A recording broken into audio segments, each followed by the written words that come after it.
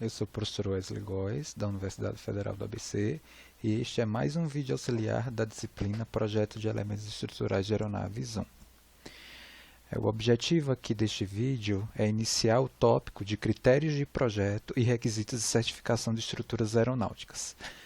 É nesse vídeo que a gente vai iniciar essa conversa em relação a quais são as demandas de mercado e de cliente que definem, por exemplo, os critérios de projeto, e, por outro lado, quais são os requisitos que as autoridades aeronáuticas elas estabelecem para nortear esse processo aí de projeto de estruturas e de certificação de produtos aeronáuticos. Então, esse fluxograma aqui, nessa primeira lâmina, ele dá justamente essa introdução para a gente conseguir distinguir essas duas entradas que me definem, na verdade, os critérios de projeto de estruturas aeronáuticas. Então, como eu já comentei, clientes e operadores, ou seja, o mercado, ela vai me definir, vamos dizer assim, uma lógica, uma necessidade de produto. É tanto que todas as fabricantes elas têm um setor de inteligência de mercado para estar, vamos dizer assim, pesquisando sobre essa área. E aí a gente tem condições, vamos dizer assim, e demandas específicas de um dado cliente. Sei lá, a autonomia do avião, eu quero um avião que faça, sei lá, São Paulo, Londres, tá? Eu quero um avião que faça São Paulo, Nova York, sem nenhuma parada.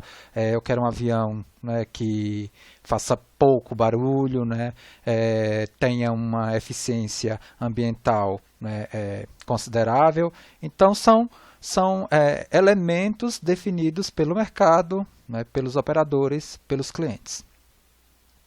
E, por outro lado, nós temos o que as autoridades aeronáuticas, no caso a brasileira, aqui a americana e a europeia, tá?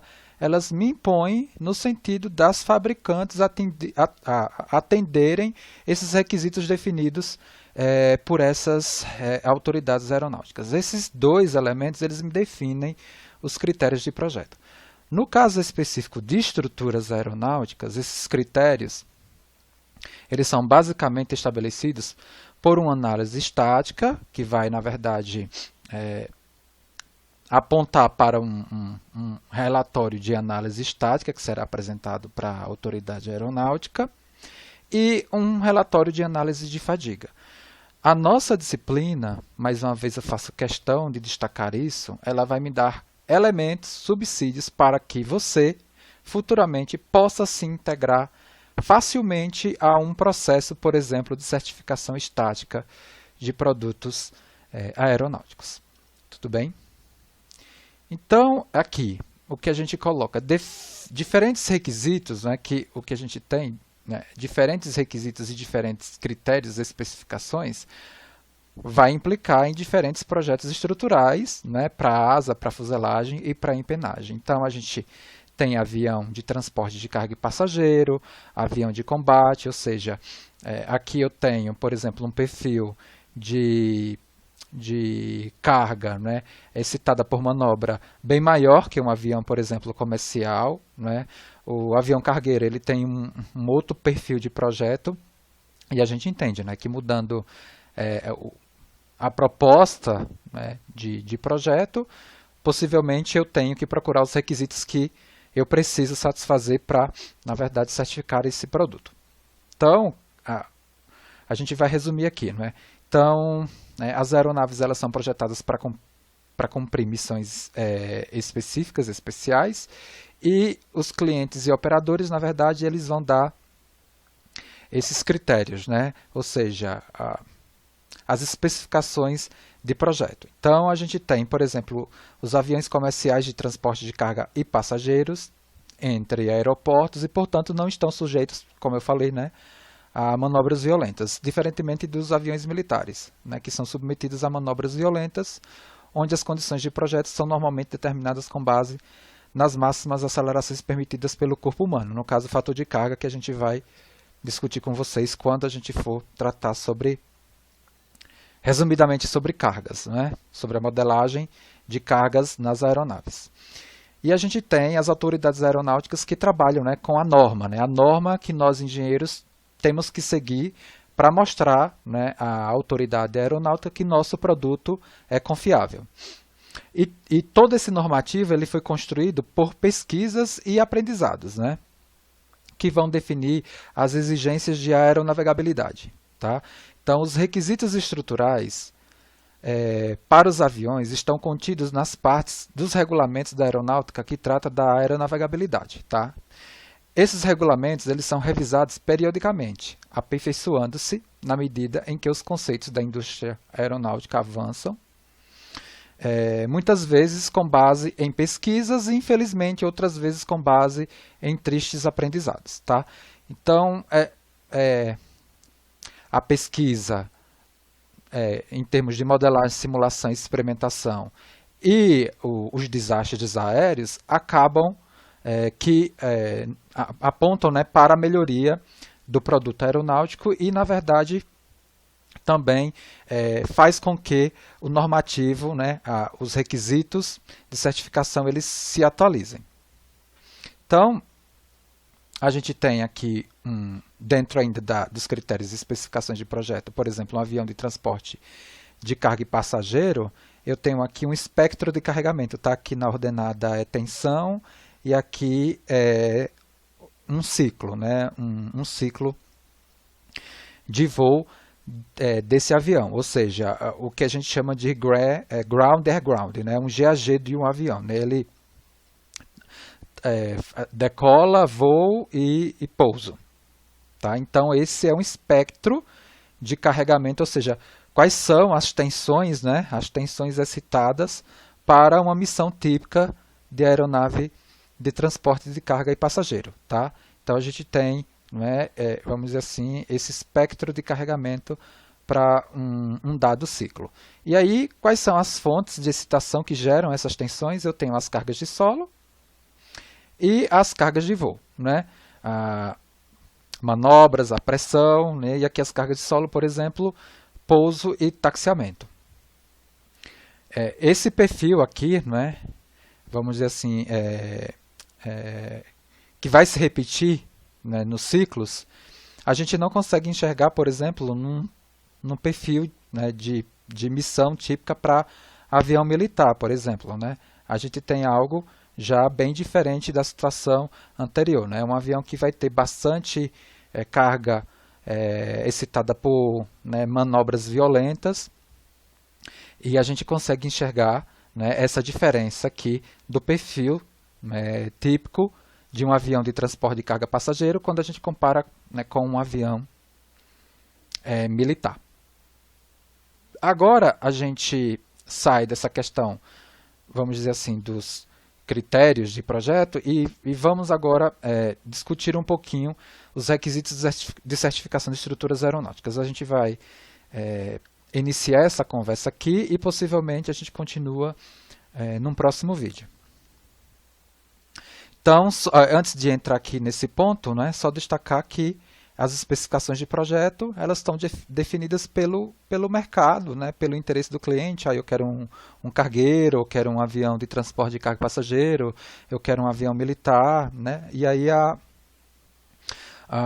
eu quero um avião com uma autonomia XYZ e assim por diante. Tá? Então, inteligência de mercado, o mercado que define essas especificações. Por outro lado, né, a gente tem o normativo que rege esse processo, né, que a fabricante tem que atender no sentido de garantir, né, que aquele produto que voa num determinado país ele vai ter segurança. E quem estabelece essas regras são as autoridades aeronáuticas de cada país. Aqui eu estou destacando a Autoridade Aeronáutica Brasileira, a ANAC, a FAA, a americana e a EASA, que é a europeia.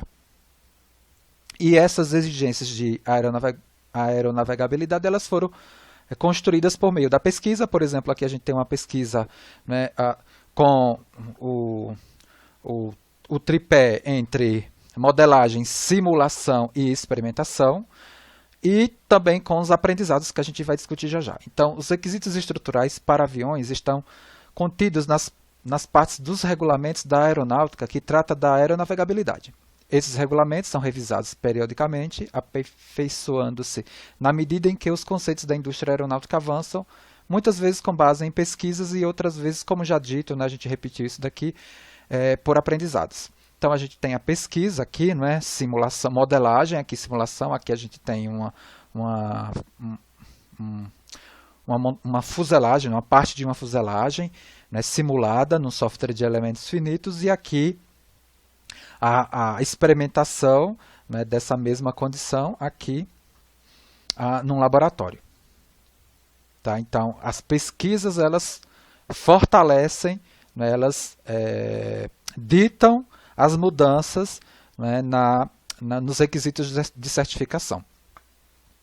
E, como já dito, os tristes aprendizados também. Então, a gente vai fazer um resumo aqui de alguns desastres aéreos que pautaram mudanças nos requisitos de certificação. Por exemplo, antes desse acidente da aeronave Comet One, não existia a análise de fadiga, né, para certificação de produtos aeronáuticos. Foi a partir desse acidente que se começou, né, foi feita uma pesquisa extensiva, né, e aí as autoridades aeronáuticas elas, né, se preocuparam em colocar essa condição da fadiga no processo de certificação de estruturas aeronáuticas. Então, ele foi o primeiro jato comercial de passageiros da história e explodiu no ar a 30 mil pés de altitude sobre o mar Mediterrâneo. A aeronave possuía 1.286 voos pressurizados, aproximadamente 3.680 horas de voo. Isso daqui é muito pouco. Tá? Só para você ter uma ideia, a família A320-200, ele tem, né, como limite, que é o que a gente chama de LOV. Depois vocês vão pesquisar direitinho o que é isso, a gente também vai discutir isso nos próximos vídeos. Né?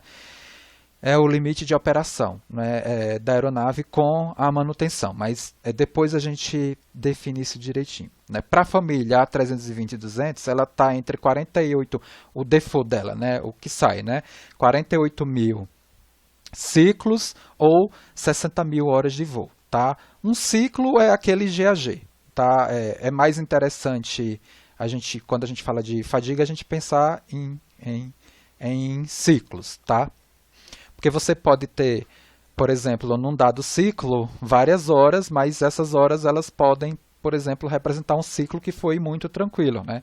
Não foi um ciclo, tá, que teve muita manobra violenta, sei lá, muita situação, vamos dizer assim, não a favor. Né? Tá? Então, a gente vai muito nessa lógica do ciclo. Após a revisão da frota, né, voltar a operar, em abril, um outro acidente semelhante aconteceu em Nápoles. Então, foi parada a frota, né, e testes de pressurização na fuselagem de uma aeronave previamente em operação detectou que depois de 1.230 voos pressurizados antes do teste, né, quer dizer, na verdade, né, essa aeronave ela foi pega para ser analisada e ela tinha 1.230 voos pressurizados. Né, e depois disso, depois, né, de 1.830 ciclos, ou seja, caracterizando aí 3.060 ciclos, aconteceu uma falha na fuselagem. Então, as causas identificadas: falha por fadiga estrutural devido à propagação estável de uma trinca na fuselagem, início da falhas em furo de rebites localizado junto a cantos da janela. Né? E aí a gente, né, tem essa condição agora de análise de fadiga e de outro ponto que a gente vai discutir, que é a questão em relação a coeficientes de segurança, também que o próprio requisito de certificação ele me traz. Um outro acidente também bem famoso, de abril de 1988, um Boeing 737 da Aloha Airlines sofre uma espetacular ruptura na parte superior da fuselagem durante o voo. Né? O piloto, né, consegue pousar com segurança e esse acidente teve apenas uma vítima fatal. Né? A estrutura, né, que foi analisada, remanescente que foi analisada, apresentou uma margem, né, de segurança inferior a 1%. E foi detectado, tá, o dano generalizado por fadiga. Tá? que é justamente a presença simultânea de trincas em vários elementos estruturais de tamanhos e densidades diferentes, né, suficientes para que a estrutura ela não atenda aos requisitos de resistência residual definidos pelos requisitos de certificação das autoridades aeronáuticas. Tá? Isso também a gente vai discutir um pouquinho, né, ainda dentro desse tópico, quando a gente for falar das filosofias de projeto à fadiga. E aí, no próximo vídeo, a gente vai começar justamente a definir esses requisitos de certificação. Em cima, não do parte 23 que está apresentado aqui, a gente vai pegar o parte 25, vamos visitar alguns sites aí, né, de algumas autoridades aeronáuticas, vamos nos concentrar no site da FAA para discutir, na verdade, alguns dos requisitos de certificação do parte 25, que é o parte que são os requisitos de certificação destinados a avião de transporte de carga e passageiro. Né? O que essa lâmina mostra aqui é justamente o parte 23 e esse parte 25, que é o que a gente vai, né, estudar. Tá?